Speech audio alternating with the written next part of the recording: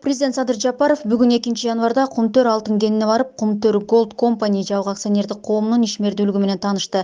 Мамлекет башчысы ишкананын оор тоо техникаларын чыгаруучу цехтин учурдагы ишмердүүлүгү менен таанышып, Петров көлүн жана калдык сактоочу жайды да көрдү.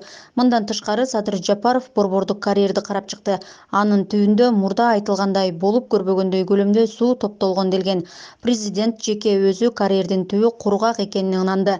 Кенге болгон сапардын жүрүшүндө канадалык Centerra Gold компаниясы менен сүйлөшүү процессинде жакшы жылыштар бар экендиги, учурда тараптар башка нерселер менен катар КГК компаниясын толугу менен Кыргыз Республикасына өткөрүп берүүнү камтыган тынчтык келишимин талкуулоону жыйынтыктап жатканы белгиленди. Мамлекет башчысы эң жакынкы убакытта тараптар ортосундагы көп жылдык пикир келишпестиктерге чекит коюларына ишеним артты.